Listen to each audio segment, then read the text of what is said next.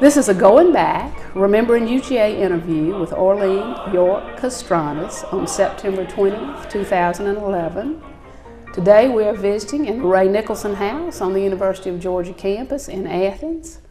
Claude McBride and Alice Vernon, who are Going Back crew members, along with our expert videographer, Bill Evelyn, are with us today. My name is Fran Lane, and Orlean, I've truly been looking forward to this time together. Thank you. Thank you. Let's start in the beginning. You were born in Augusta? I was born in Augusta at the Medical College of Georgia, and that's where I'm going when I go. I have given my full circle. Oh yes, I've given my body to the medical Orlean, college. Hampshire. Your family was in Augusta? My mother was from Richmond County, a little small town, Hepzibah. Yeah. But at the time I was born, they lived in Hampton, South Carolina, just across the river, which of course didn't have facilities for birthing babies. Don't know nothing about birthing babies. So. Right. Well, now, before we go any further, where does the name Orlean come from? Oh, I'm happy you asked. My ancestors were French Huguenots who immigrated during the Troubles. They're from Orleans, France. And they named their firstborn daughter Orleans with an S, but over the years the S was dropped. How interesting. And now when I meet people and they can't understand my name, I say, think of New Orleans, New York. Well, I was going to ask if Joan of Arc, wasn't she the maid of Orleans? If you were a Joan of Arc. Maid of Orleans, yeah. Talk a little bit about your family and how you got to Athens. All right. When my mother was giving me maternal advice, at that time, she said Methodist ministers had to move every 2 years. She said, when she would, don't ever say what you will do and won't do because you'll have to do it. She said when she was young, she said, I'll never marry a Methodist minister and have to move every 2 years. So she married a man who worked for the government and moved more often. Even more, huh? Every 2 years. But when he finally landed in Athens, she said, this is it. Until my children are educated, I'm not leaving Athens and the university. Sounds like she was a strong lady. Right. A strong lady. And he was transferred many times. One time to Hartwell, and then up to the mountains to White County, one time down to a little town in South Georgia. And he commuted on the weekends except Hartwell and Jefferson, of course, he could commute on. My goodness. Okay. So you lived on South Millage Avenue? Mm-hmm. Is that where you grew up? 419. 419. There's an apartment house there now. It used to be, well, it's on the corner of Millage and Henderson.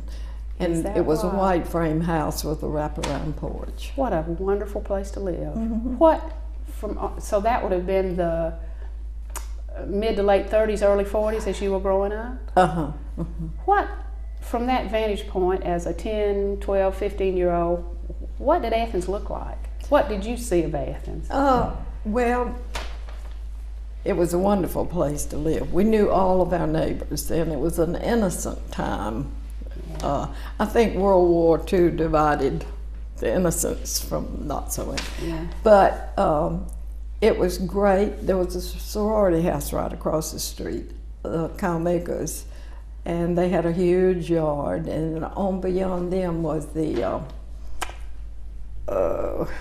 forgotten now. They had a huge iron dog in the yard. And across the street was the home of one of my mother's cousins, the Daring House. And there were streetcars down the middle of Millage Avenue. There were no streetcars, but there were tracks. And I remember there was a black man, very nice. He drove a mule on a dray. It said something like Tom's Dray. And I thought, no, I never use that word dray. I say wagon, you know. But he had a tiny little dog that trotted right under the wagon all the way down the street. And he carried things. If people needed something carried from the 80 Pie House over to Miss So-and-so's, he would carry it. Or he'd take messages or sell vegetables. An innocent time, truly, a different time. Yeah. Athens schools, you attended Athens schools, is that right? Did you go to Barris? Were you? No, I was too old to go to Barris. Didn't go to Barris? I started in Charles Street School. Junior high? Yes. I went to Charles Street too. Did you? Yeah. Did they still have the fire escape, the tube that ran down from the second floor? I don't. So you could slide down? Did everybody want to do that? But Miss Patty Hillsman was our principal, and she would not have let us go near it. Those were interesting days. And then Athens High was out on Prince, right? Yes, it was. It had been condemned as a courthouse when they built the new courthouse, so they made a high school out of it. So let all your children stay there in the condemned building, right? Well, talk a little bit about the grounds. Was there an old gym that was separate from the? There was a gym that was separate, and then beyond it was an old jail, and that was the military building for the ROTC supplies and all of that.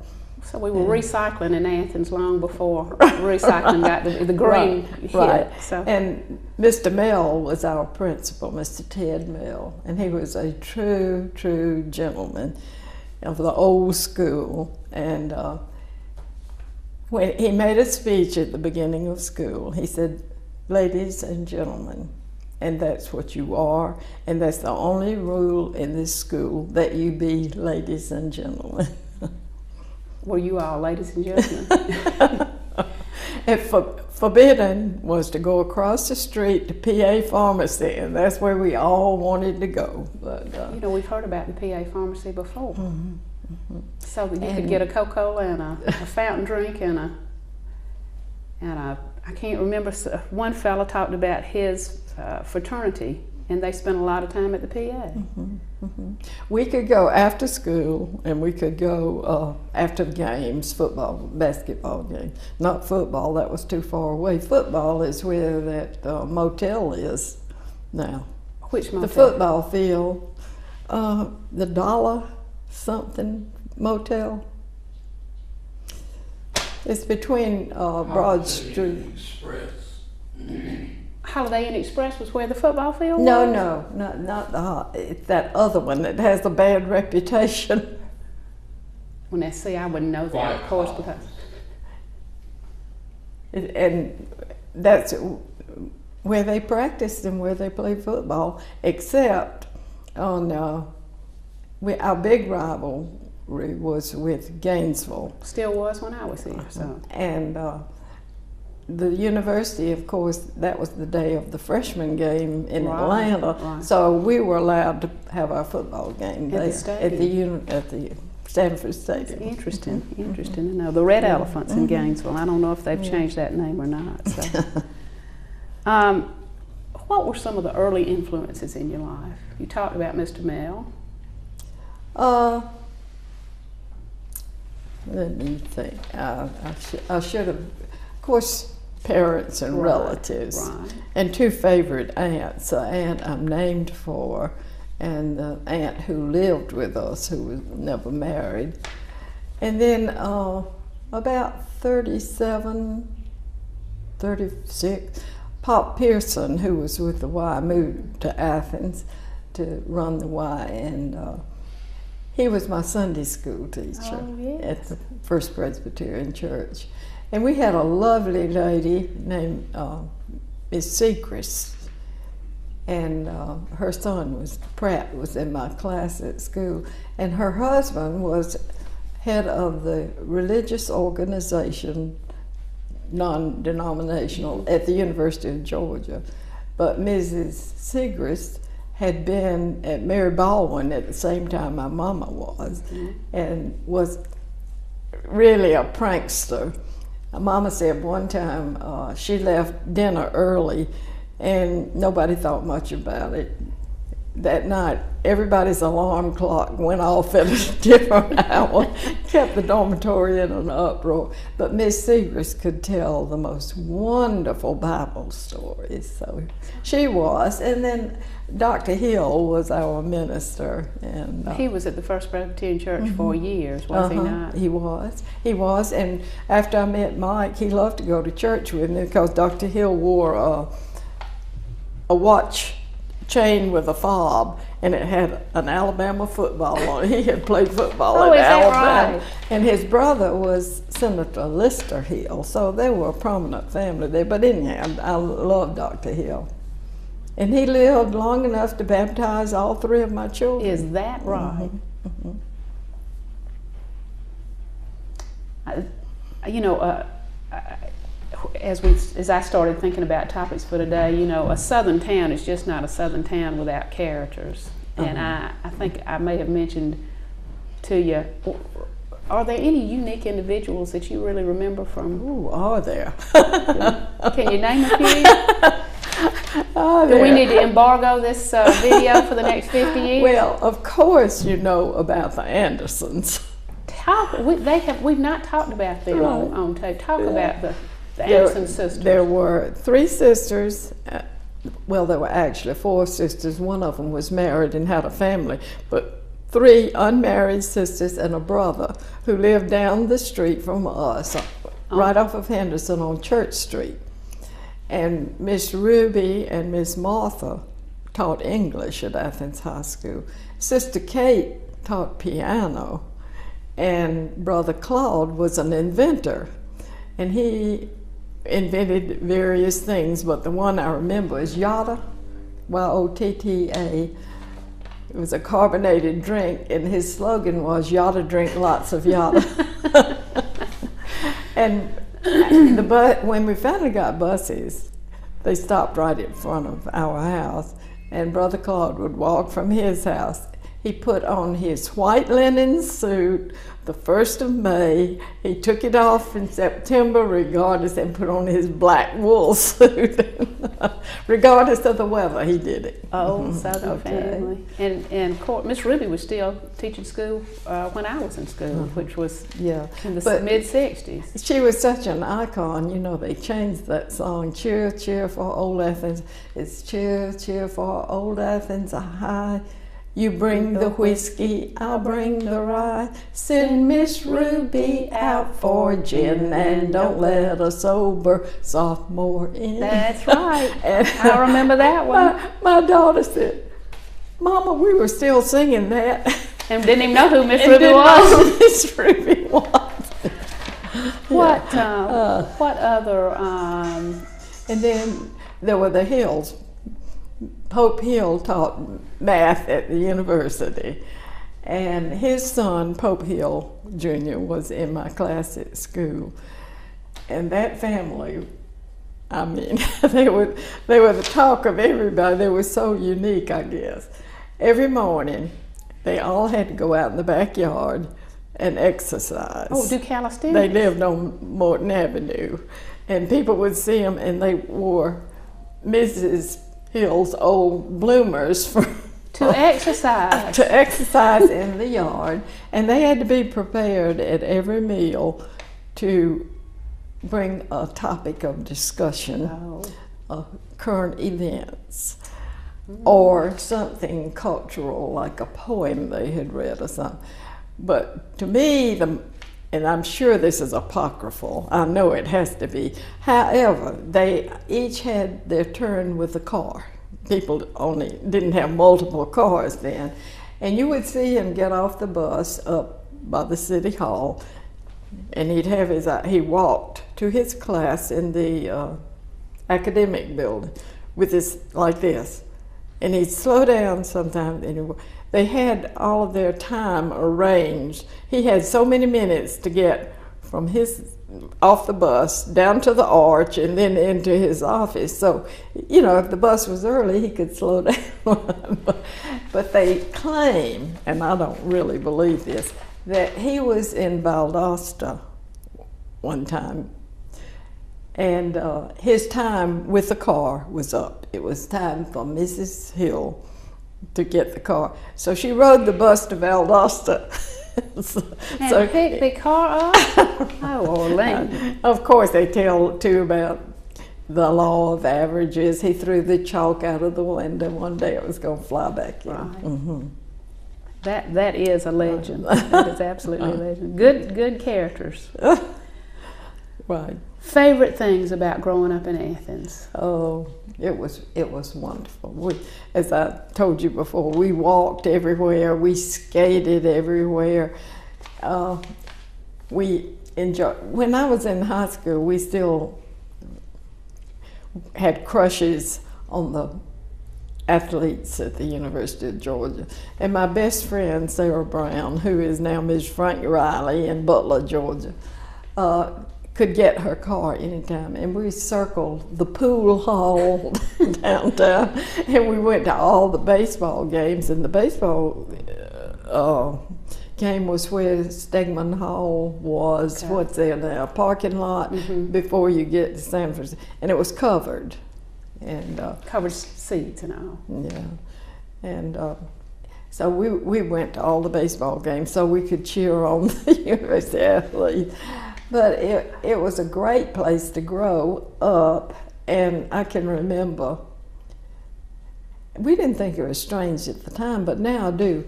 Within one block in Athens from North Lumpkin to college, there were 4 pharmacies. There was Reed Pharmacy on the corner across from the Georgia. Across the street from that was Hammett's Drug Store. And across from that, in the middle of the block, was Patrick's Drug Store. And they had the most delicious hot dogs you've ever put in your mouth. They had a balcony with tables, and that was a good place. And then Moon Winds, and that was just one block. That doesn't count Citizens Pharmacy down in the next block, or Smith's down on Broad Street. Were you all particularly ill? Or just, right. Well, but the pharmacy sold different things. It Right. wasn't just for medicines. Right, but they didn't sell magazines. You know, you had to go to a stand to get a magazine. And then we had 4 theaters in Athens. We had the Palace, which showed first run movies. We had the Georgia, and then we had the Ritz, and we had the Strand. And I think the Strand was called the Rat Hole. Was it on Broad Street? Street. Mm-hmm, mm-hmm. And I don't know that they ever cleaned it up. It seems when you walk down the aisle to get to your seat that your feet stuck to the floor. Maybe it was that popcorn. Right. Right. Oh. Well, you know, it's really interesting to me. All those folks who live out in the state who went to Georgia that I bump into occasionally envy us terribly because we were here. So I think everybody that ever came to the University of Georgia has this. I'm not sure it would be 100%, but a large number of them just have this wonderful feeling about what a great place Athens is. Yeah. So we can have a little love feast here. So. But when you were talking about characters, now if the university, and I guess that's what we're talking about. Yeah, we're getting ready to go talk about it. We still had, we called him Uncle Tom Reed, not to his face. He was the comptroller, the bursar, all wound up into one. He still wrote out every paycheck for this campus by hand and kept notes from all of the trustees' meetings and that. And you would see him going along on the campus, you know. And we had, instead of the university police, we had a caretaker named Mr. Weinmuller. And he rode his horse everywhere and just rode through to make sure nothing untoward was going on, and then check the buildings at night. And that takes how many folks to look at everything? I had listened. Dr. Meadows was not my favorite teacher. What he did he taught contemporary Georgia, and it was the dullest class I think I ever had. And Dr. Reynolds was at the infirmary, and the infirmary, as I remember it, looked like a barracks, you know, and had cots back in the back for bed. But Dr. Reynolds was famous for finding that people had appendicitis. And I had a date with an ATO one night. Their house was up behind the Catholic church. And the next morning, Victor called and said, "Are you all right?" And I said, "Yeah." He said, "Well, we had 5 appendectomies last night at the hospital." And I said, "Really?" Well, then they found out that there was some bad green beans, something about the canned green beans. And they'd all had appendicitis. And so they all. Oh, and really? I did the worst thing. I had a bad pain in my abdomen one day, and I went to the infirmary, and he started giving me that pressure. I said, "Dr. Reynolds, I've already had my appendix." And then I thought, what a horrible thing to say to a man who went to Johns Hopkins, you know. And then we had Dr. Bocock, and his daughter taught me in high school. He was a history professor. And I was walking through the campus one day, just whistling away, and he said, "Young lady, a whistling woman and a crowing hen never come to any good end." Gotta watch that whistling, Orlean. I can see it right there. It was right by the chapel, and the chapel bell was our signal to change classes. We didn't have it. And I remember too, the soot. All the buildings had soot piling out of them, and you'd look in the mirror, you'd have a smear on your face. Cold, I guess, was the way things were heated. Go back a minute and talk to me about, you knew that you were going to the University of Georgia from day one. Absolutely. Do you remember what process? You know, it's so complicated now to get in. Oh, can I remember? Tell us about getting into the University of Georgia. Okay, well, I had first undergraduate scholarship. That's so, great. Oh, yeah. And at Athens High School, we didn't wear robes and caps and gowns. The girls wore the most gorgeous dresses that their mothers could find for them. And we also elected our graduation speakers. And ours were Lucy Payne, Bucky Redwine, Upshaw Bentley. And it was, like a popularity contest. And my mama always resented the fact that nobody but us knew that I got the first. But at any rate, freshmen had to go to the coordinate campus, which was the Navy Supply School, and now is the medical college. Right. And they wanted to keep freshman women and sophomore women away from the evils of downtown city life. Yes. So we could stand on the corner on any street and just stand there, and people in Athens knew to pick us up. We got right. Nowadays you couldn't do that. You could not do that. And one of the characters out there was A+ Dixon. He was noted for giving all A+s, and everybody wanted to go in his class. But I was trying to think, I lived at home, Fran, so my experience might be a little bit different from other people's. But all your classes for your first 2 years were on coordinate campus, is that right? And we had. But did you walk to campus every day? From Millers? I don't know. I don't know how my rides were arranged. I did not walk out there. Okay. And I can remember one time riding home with Miss Wellman, but since I lived in Athens, I could start to school in the summer, which I did, and immediately had classes on the campus. Dr. Whitehead taught me Chemistry 101 or whatever. Well, he was your neighbor, wasn't he?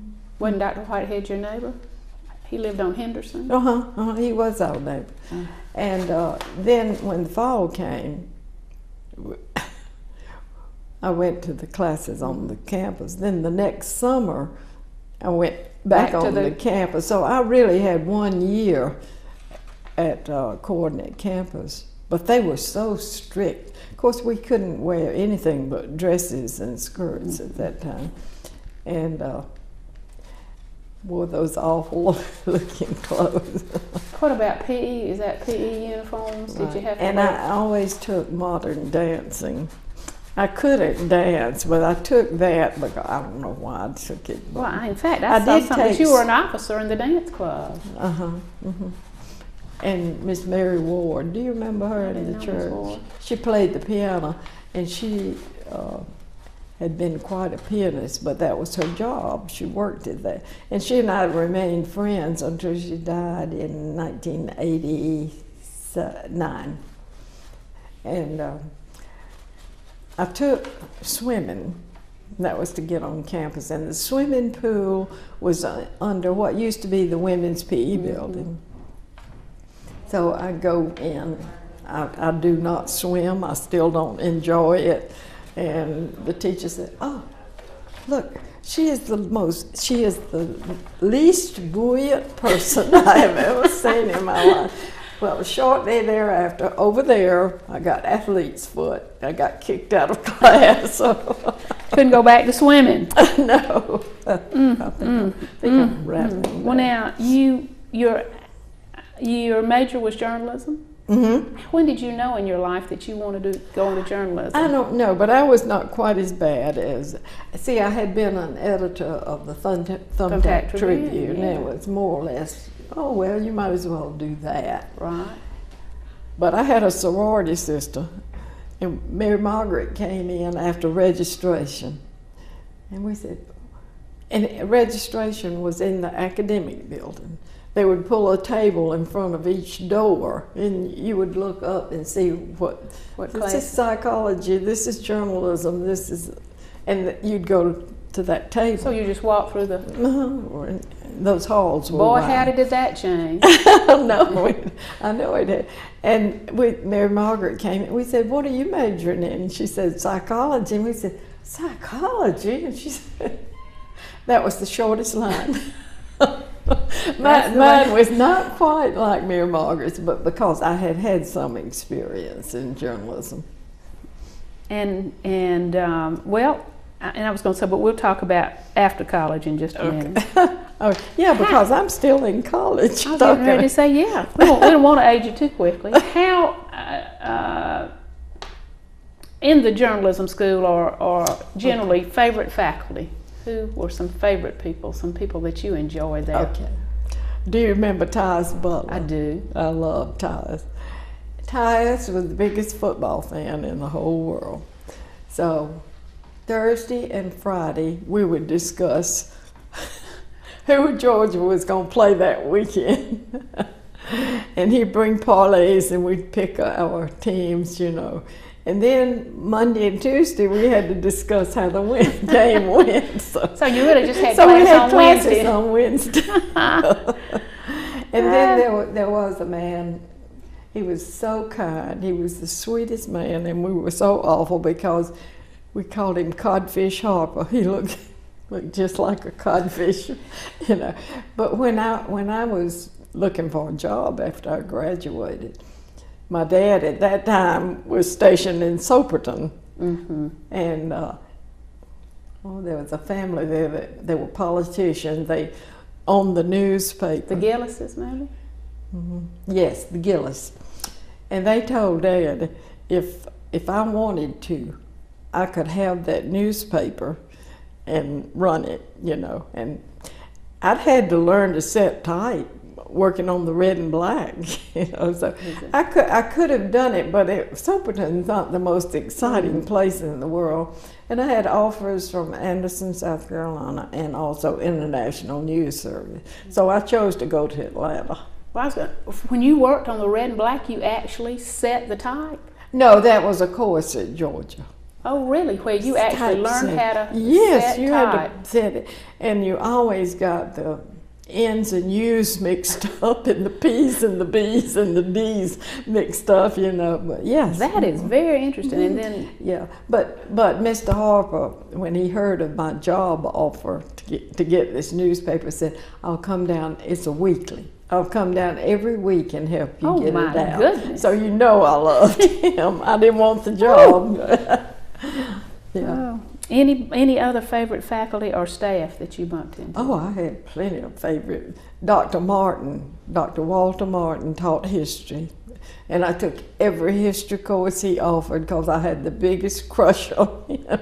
He was such a nice man. And he went on to be president of Emory? Or didn't he do that? Didn't? Yes, he did. He did. You're right. I thought so. And then I wrote down some names because I was thinking that I would not remember. Let's see.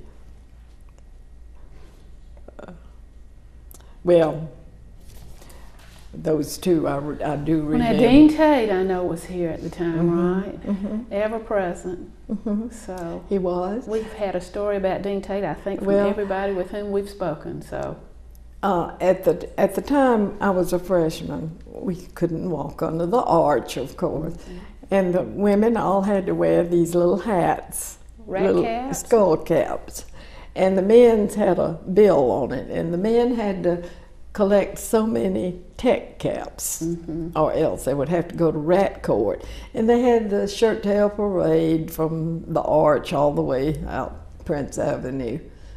I don't think they had the president's house then, but they ran to Cody Davies with being paddled all the way.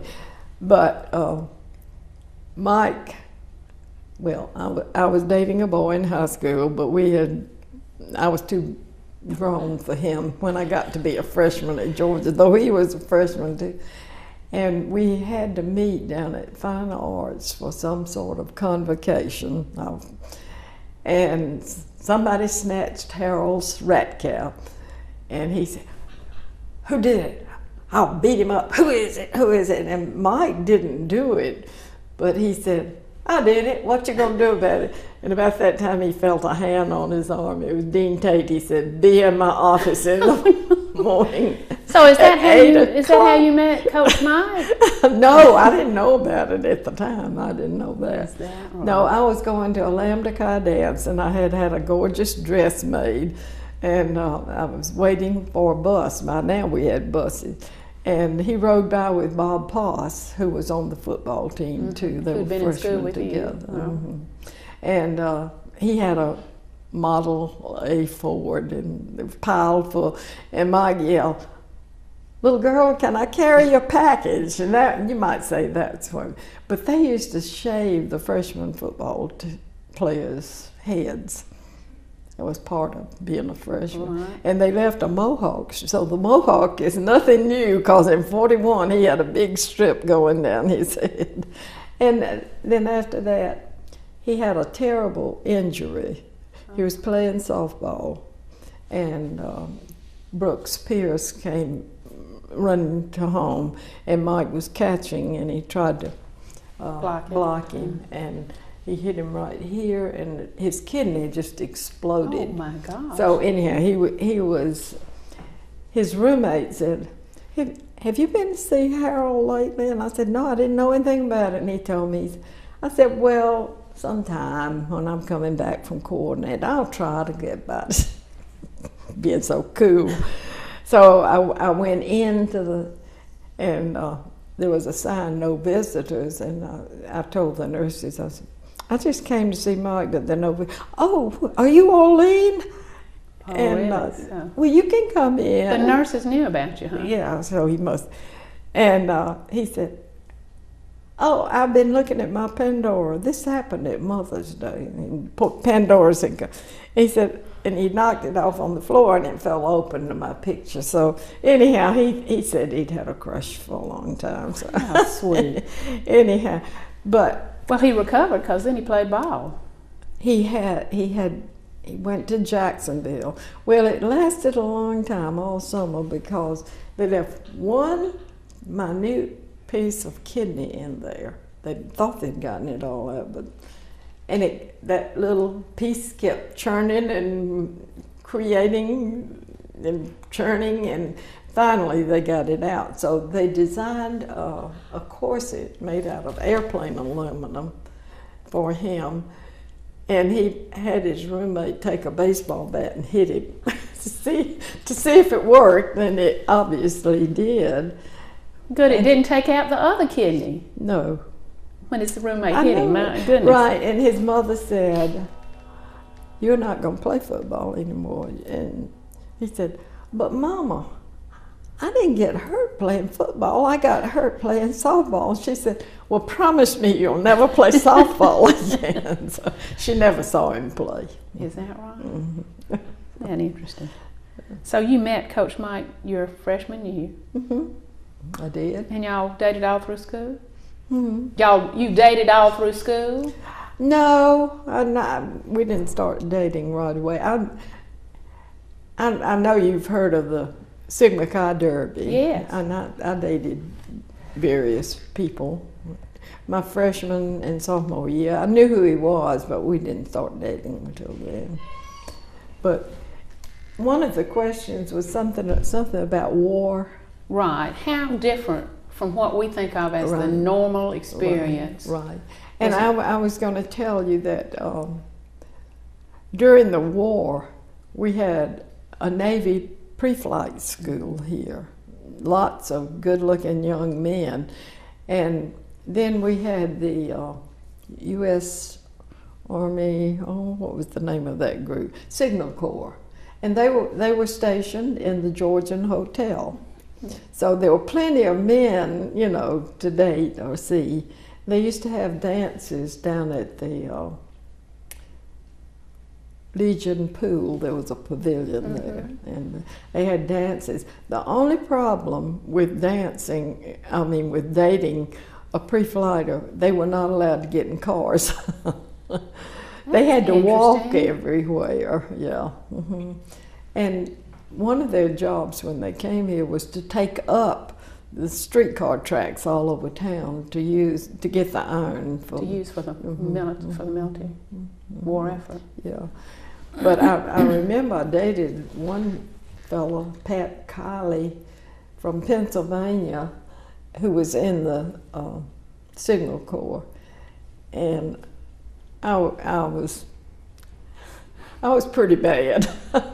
And he never had seen sugar cane, so I told him how to fix it. And I said, now you peel it and then you cut it up and put it in a bowl and put some milk and sugar on it. Eat it like syrup. If you've ever chewed sugar cane, you can't ever chew it up. You were bad. I was. I admit it. But he'd never seen cotton and never picked cotton. So you broadened his horizons. Yeah. You mentioned earlier sorority life. What was sorority life like in the 1940s at the University of Georgia? You were Alpha Omicron Pi. You were an AO Pi, right? Talk about Rush. Okay. You dressed to the nines. You wore your hat and your gloves. We did dress for football games too. And you went in and sat around and daintily drank tea. And of course, what do you call them when you inherit somebody? Legacy. Legacy. And you hid them in the kitchen if they were not too appropriate, didn't serve your purpose too well. But we had dances, and that was one thing I was going to say too. We had little commencement in the spring, and everybody had to have new dresses for tea dances. There were all sorts of activities, and then a real big dance later. And we did that, they called it homecoming, you know, and did that in the fall too. So, what was the social life? What did you do for fun? Let me put it that way. What was fun when you were in college? Did you? I don't go into Moon Winds, sitting there, and we'd order. We all smoked, but we'd order toasted pound cake with ice cream with chocolate syrup on it. And things didn't cost very much then. And we'd sit there all day long, but we'd go to the movies, of course. But we had all of us smoked. We didn't know that it might be a bad habit, but we didn't know it was harmful. And we'd play a game. You'd wet the edge of a glass and put a paper napkin over it, and then you'd sit around the table. You'd take turns burning. Just touch your cigarette to it, and it would burn a little bit. And the one that made the nickel fall in the glass lost and had to buy some. Everybody's. Right, but we did have the dances and. Were the dances in the But sorority? we studied. In between time. Right. Were the dances at the sorority house, or they were at the house? I remember one time Andy Sterrett from my school was there, and I was dancing with him. I thought I looked the most sophisticated, and I would never be sophisticated. I thought I had even put on eyeshadow, green, and I had a cousin had given me a dress, and it had a slit in the back. It had a strip that covered the slit, but anyhow, and Andy we were dancing. He put me on this knee, and he put me on this knee, and then we waiting. I made you sick. Your eyes are green. You turned green. Then the next time we were dancing, his hand slid up in there. He's, I tore your dress. I said, so much for me trying to be sophisticated. That does it. I'll just be me from now on.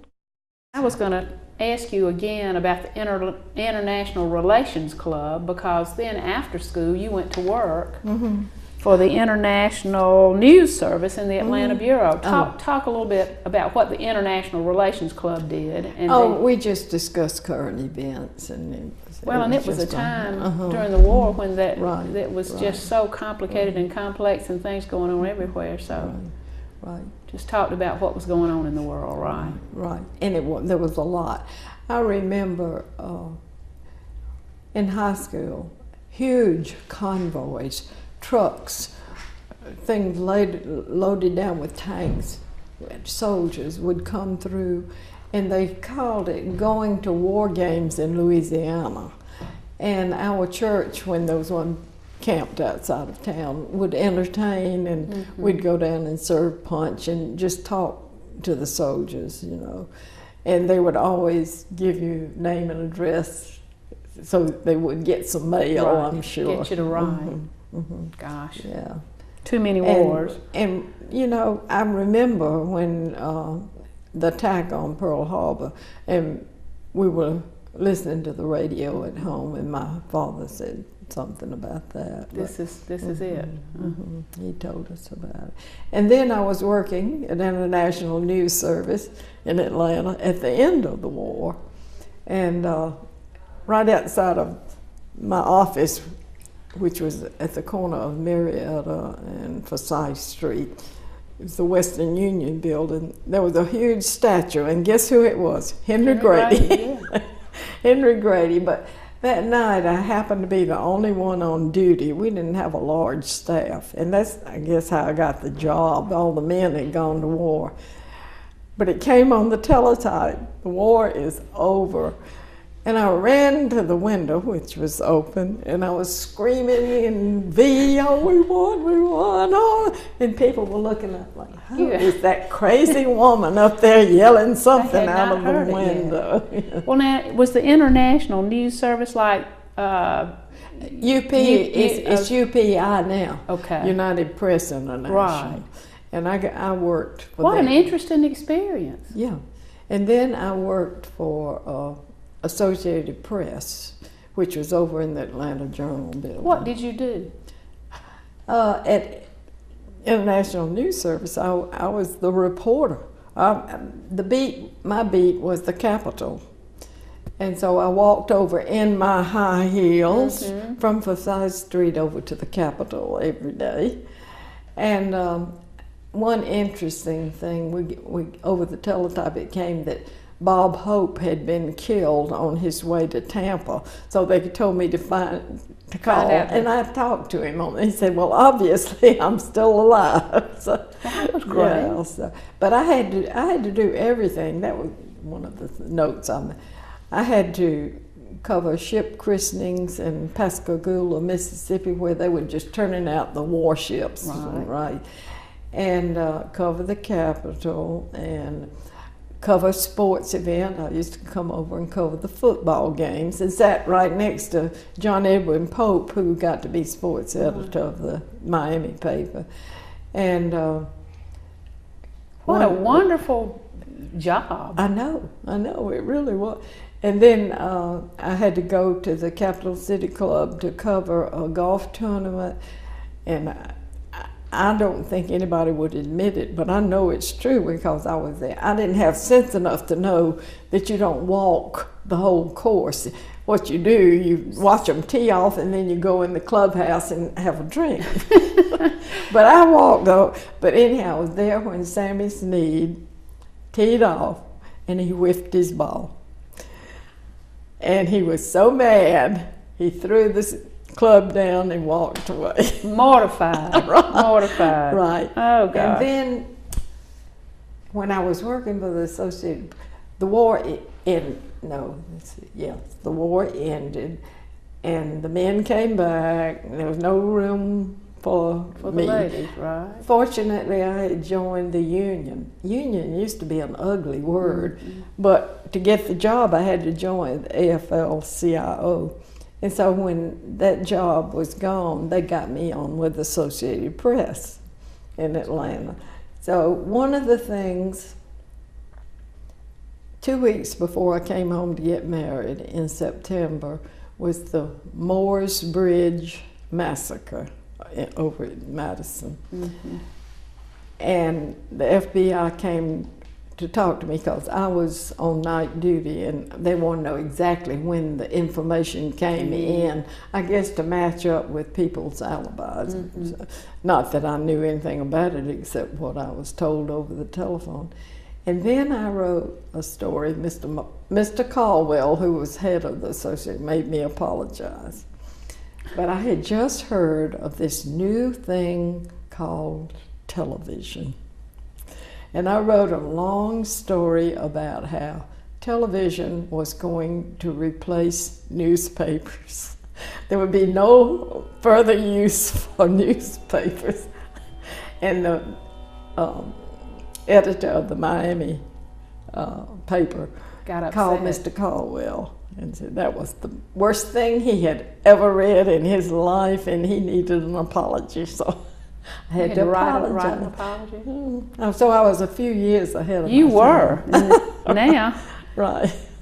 All this media out there, how many things are going to be gone? Right. But he didn't, I think he didn't hold it against me before, because when I left, he said, I hate to lose you, but if you ever need a job, I've got one for you. So he was quite a nice man. So tell me what years that you were there then, when you worked international in AP? Was that the late 40s? No, mid-40s. Mid-40s. Mid-40s, yeah. Because, see, I was there during the war. Trying to think. I finished in 3 years, and Mike didn't. So he used to come see me. So it because of going to summer school. Summer school, yeah. And then I interned in one summer with the Columbus Ledger, so I worked down there for the Columbus Ledger. Well, you and Claude have something in common. Well, let's go back. Let's talk about Coach Mike. Okay. My favorite subject. So you all met. We were both freshmen, and at that time, and you know his story about he was a walk-on and came up here with his friend who had a scholarship, and at the freshman game against Clemson, Coach Butts told him in the middle of the game that he had a scholarship. What a great story. Then he went on to be all SEC, and was it SEC or all Southern? I can't all American too, and all SEC and he was captain. An offensive lineman. He played guard and tackle, and he played both ways, offense and defense. It's a new day, and isn't he kicked off. Golly. Yeah. Okay. Well, talk about. All right. So you were working in Atlanta. He was finishing up, and then you all got married in 46. September the 29th, 1946. Okay. And then he went off to play professional football, but he was too small. I mean, he weighed 185 playing tackle, and now if they don't weigh 350. Yeah, oh my gosh. Right. And playing both ways, offense and defense. So he played pro ball. Where did he go? He went, Miami had a team Miami Seahawks, and he got signed by them, but didn't last through camp. And then he went. He came back to Athens. When we married, he was playing semi-pro. They called it. It was Greensboro, Durham, Charlotte, Richmond. There was a whole league.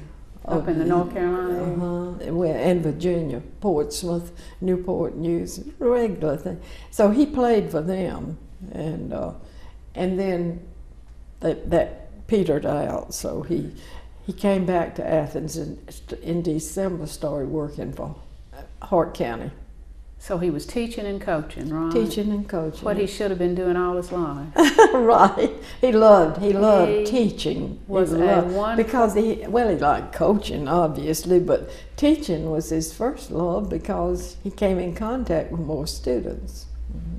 And they all loved him. Right. Well, now I have a note that says you all lived in Hartwell, Hogansville, Winder, Americus, Atlanta, and Athens. No, Is that Americus right? was before. Okay. No, we went from Hartwell.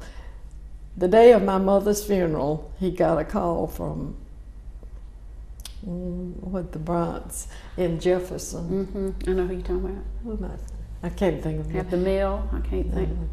But he had come back from the war and was building up the schools in Jackson County, Jefferson. And he offered Mike said, I'm at my mother-in-law's, she just died, I'll talk to you later. And so Mike had already talked to Hogansville, and that day the school burned down at Hogansville. Oh my. And so he called Mr. what's his name and said, I don't feel like I can desert Hogansville at this time. I really, even though we were in talks about my job, I think I should go there. So from Hartwell to Hogansville. And then back to Winder, and then to Athens High School, but not Americus. That was where I lived. That's where I lived when we moved to Athens. So, and he coached at Athens High for a while. With Wayman Sellers. Right, right. Was at that point that he came to the university? Johnny Griffith. Right. He had played with Johnny, and Johnny Griffith hired him to be the offensive line coach. And then, the freshman game was still a big thing. And I think Johnny needed him more there, or else he did both of them. But the university wasn't through with him because they had him doing it. He was a jack of all trades. Right. He worked in Dean Tate's office. With the fraternities. And does he have tales to tell about that? I am sure. Right. And then, of course, he taught in the education. Physical education. Right. And well, we're glad y'all were here. We're glad you didn't move every 2 years like your mom warned you about. You could have gotten him out of Athens anyhow. He loved it. When he got off that train from Jacksonville after having ridden the train, it took 24 hours. It was a peach train, and they would stop at every station and load up peaches on the train and when he got here. But once he walked up from the train station, he was hooked on Athens. Athens boy. Athens boy. Talk about your children. My children. My family. If you cut our veins, it will bleed red and black.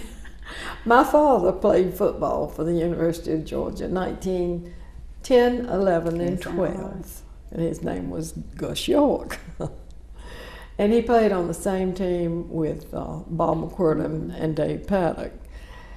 And at the time my father was here, he had to get 2 degrees. He got a degree from the Franklin School of Arts and Sciences, and he got an ag degree. And then he went on to the University of Wisconsin and got a master's degree from there. And one of his classmates was Hubert Humphrey. Is that right? And I have a letter in my father's papers over in the library from Hubert Humphrey to him. Then, of course, my husband, my brother Gus York Jr. went here. My sister Lavinia went here. My brother Marion matriculated here. But he decided people were coming home in 1945 with all the glorious, glamorous war stories. And he heard those so much till he decided he would enlist. And he did, and he was only 16 years old. And so the recruiter came to Mama and said, Ms. York said, "Are you sure you're going to allow him to enlist?" And she said, "I didn't know he had." Well, he did, and he had the highest grade that we've ever had down here. But she knew she had to let him go, so he stayed in the Army until he retired. But he did matriculate here, finished up at Georgia State. Then my son, Mike, got his degree and his master's here. And then my daughter, Mary, got a degree in education here. And my daughter, Helen, got a degree here. So I think you pretty much are a Georgia family. Right. No joke. And that one niece came here, and her two sisters went to Tech. Sorry to lose them to Tech. Now, when did you start to work for the University Library? In 1967. My children at that point were old enough to come home from school and take care of themselves and didn't have to worry about it. And I was truly bored just sitting at home or reading or playing bridge or whatever. And I told Mike I said, see if Carlton has a job I can do. And so he did. He said, Carlton James, you want full-time or part-time? I said, oh, full-time. So I started working at the library at that time, and I loved it. Well, now, were you an archivist? Is that what you did, or? I started off in acquisitions. Right. The professor sent in orders, and we had to search to see if we already owned that book, and I stayed there for a while. And then I went to cataloging, and I liked that too. I enjoyed the cataloging. And then I went to rare books and manuscripts, and enjoyed that a whole lot too. And had I was trusted enough even with to open the safe, to see the book bound in human skin, right, and the Confederate Constitution and all of that.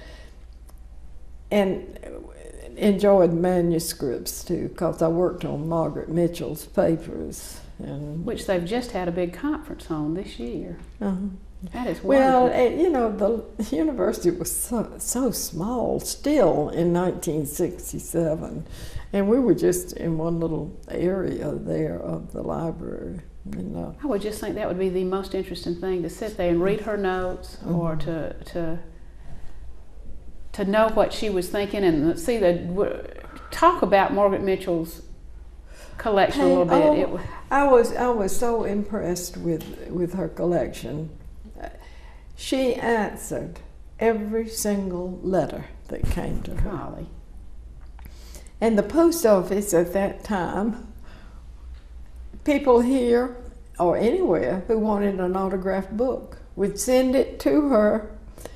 She just was swamped with them. And she would autograph them, and at her own expense, mail them back to the people, And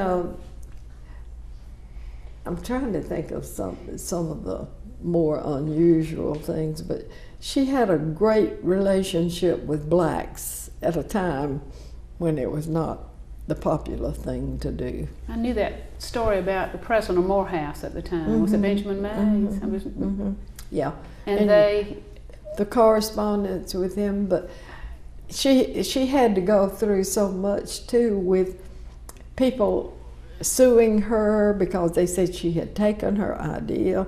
And on one of the suits, the only thing that I saw that was similar, they were both bound in gray covers, you know.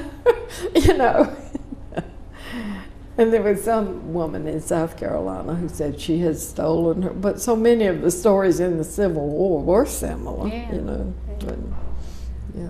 What that's you've had some interesting jobs, Right. Orlean. Now, talk to me a little bit about. I know you worked then in rare books at the university, but I know one of your volunteer jobs is also over at the cemetery, Old Athens Cemetery on Jackson Street. Mm-hmm. Talk to us a little bit about what you all are trying to do over there and what's going on. Well, the one in charge there is named Janine Duncan. Mm-hmm. And I took a tour one time that covered Athens cemeteries, and there are more than you would realize. And Charlotte Marshall toured us in the Oconee Hill Cemetery. Right. And then we went up to the Jackson Street Cemetery. And I worked at the library. I went to Georgia. When the pre-flight school was here, I had a job in the basement of that building right next door. I had never set foot in the Jackson Street Cemetery. So we enjoyed it a lot, hearing all about it. And my mind doesn't retain figures anymore, but I know it closed in 1858. Mm-hmm. And it was the Athens Cemetery, it wasn't the university. And some man at the end of our tour said, "Do you need volunteers?" And she said, "Oh, yes." And so the next day I called and volunteered, and he's never volunteered. He was just asking a question, I guess. And so I've been working there for about 3 years now. And Janine works so hard, and has to go out Saturday of game days to say, get out no of the tailgating in the cemetery, and I think she goes by and checks on it too. But we try to keep the graves clean, and she has a limited budget, but she has a group that comes over and washes, and you don't just wash one because you will damage it if you do, and they use special chemicals that are non-toxic for that. But we weed, we pick up glass. It's always been a favorite place to aim your bottle and break and there's glass all over. And we found some interesting things too as we clean up around. And last spring, we found a wrought iron fence that had been covered over completely. Is that right? So y'all do a little archaeology. No, well, I mean, it's pieces of fence. It's lying down. There's a rosette, and and it changed her idea of what the confirmation of that plot was, because anyhow, it's really interesting. Now, my remembrance was that some of those graves, some of the bodies were moved to Oconee Hill. Am I right, Orlean? Mm-hmm. But there are still bodies. There are still graves that have remains in them at Jackson Street, right? Mm-hmm. And I noticed Friday there was a huge oak tree. And it's right between, it has grown since that plot was opened up. Yeah, this tree has grown in there. So it was neglected for many, many years. And now it looks great, I think. Good. I think great. Mm-hmm. Well, talk to us about a day in the life of Orlean Castronis. I know some secrets about you, and one is that you exercise 2 hours every day. Talk about what a day is. I also eat about 2 hours every day. So I have to exercise. Okay, on Monday, after I exercise, I go down. Well, go back and tell us what you do in your exercise time. Oh, in my exercise. First thing I do when I get there, I do half an hour on the stepper. You just stand there and step. I know that thing. Okay. And then I move over to the treadmill, and I do half an hour on the treadmill. And I go in the other room, and mats do my stretching and my exercises on the mats. And then I go to the machines and I pump iron for half an hour. So that's what I do. I am so impressed. We need to put you on the front page of the Banner Herald. No, we don't. No, I don't need any publicity. I don't need any. And then how early do you start? I go at 7:30 and I come home at 9:30. And people say, "What time do you get up?" I said, "Well, I get up at 6:30 and I wake up at 9:30, and I hope when I wake up it's done." Then I go down to church and put away music for Sunday, and if Tom Granham, our organist, choir director, has anything, other jobs like cataloging music, I do that. Catalog, box it, and do that, which I'm going to do this afternoon because I didn't get there. Well, I got there yesterday, but I had to go to a funeral, so. And then Monday afternoon, there's some old people. I'm not one of them. There's some You are not. There's some old people that like to play cards, so I go play cards with them on Monday afternoon. And I try hard not to miss because they look forward to it. So. And then on Tuesdays, after the Y, I don't do anything Tuesday morning, but Tuesday afternoon I go down and do the newsletter, fold the newsletters for mailing for the church.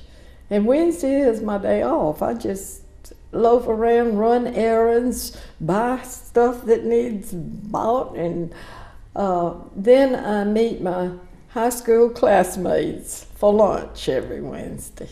We used to go Monday, Wednesday, and Friday, but we cut it back to just lunch. Name the people. Name some of your high school friends.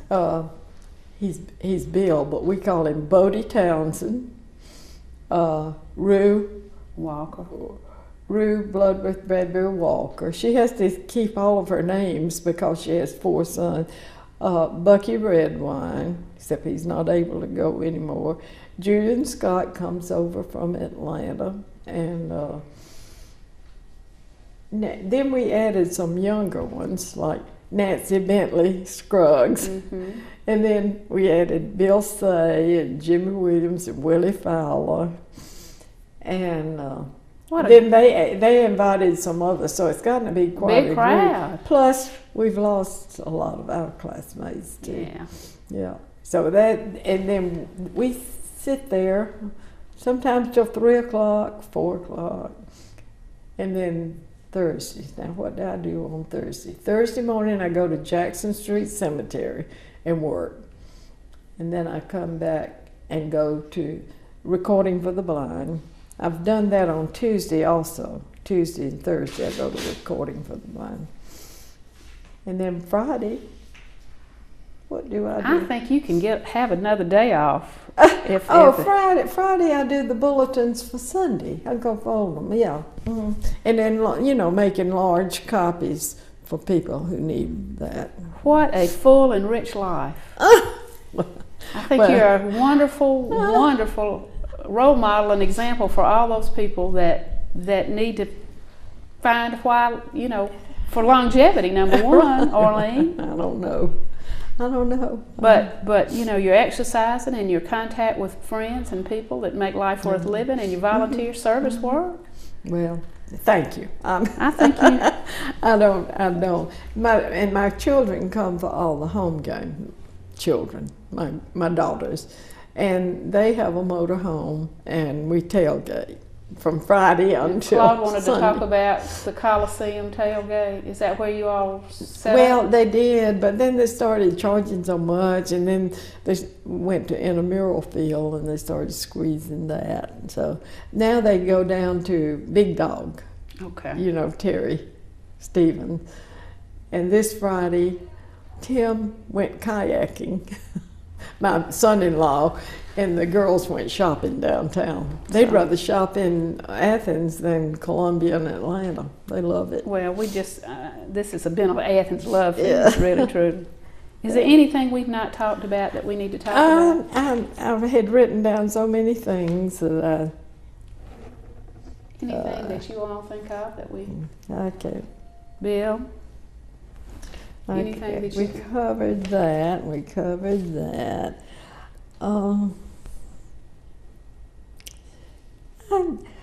I'm sure I'm forgetting some really important stuff about Athens High School. Well, I think about Athens at that time. It was. I keep saying innocent, but it seems to me that World War II cut off. For example, when we moved to Athens, I thought my dad was old, but we had the same dentist that he'd had when he was in college in 1910, you know, because Dr. Allen had not started his practice at that time. And he put his instruments in an autoclave, you know. I mean, he didn't have an autoclave. He ran it through a fire, you know, to sterilize his instrument. So it seems like such an innocent time. Just a wonderful place to be. I will agree with you. Right. Well, we thank you for being with us today. Thank you. This was, thank you for being interested. This was fun, and we are trying to collect the memories of folks who have been here in the past, and this is just great fun for us too. So thank you very much. Thank you.